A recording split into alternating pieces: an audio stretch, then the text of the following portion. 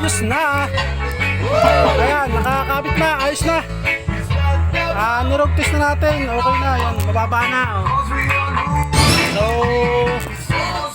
goods naman, okay na. Talagang quality na. So, yun lang mga idol. Thank you for watching and see you vlogs. Maraming salamat sa inyong panunod sa aking mga simpleng content at simpleng videos. Yun lang mga idol. Babush! 75 years later. So yun nga mga idol, at kinabukasan nga ay tungat natin tayo sa barangay Dinhaykan. Dito nga muna tayo nag-destination at mabibrikin nga tayo ng ating motor mga idol. Ayan ang ating Rusi oh. Wow! So quality naman mga idol, all goods naman ang ating takbuhan. So medyo ano lang yung ating napataas-taas pa yung ating manubela. So ito mga idol oh, may nagbababa ng mga cargo nila, truck mga idol. Galing sa Pulilio yata ito mga idol. Ayan oh, may mga truck na sakay. Malaking bangka. Oh, masama ang panahon mga idol. May paparating nga na bagyo kaya safe tayo. Ingat-ingat tayo sa mga mandaragat natin mga idol. Ang daming bangka mga idol oh. Ayan oh. Ayan. Dami yan pa oh.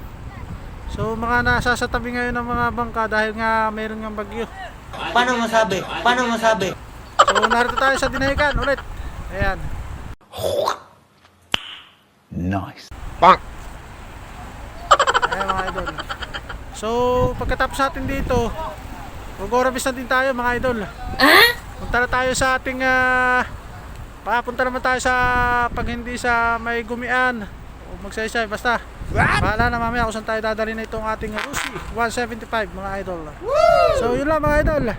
Pato muna yung mga fixtures natin.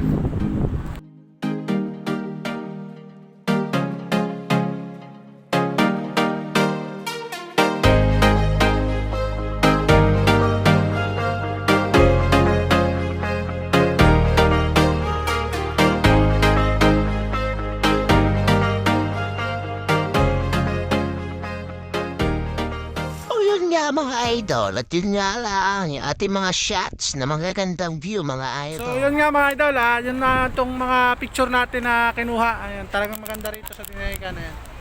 Ayan, laking bangka mga idol oh. Laki. May karga. So alis na tayo dito mga idol. Tara let's.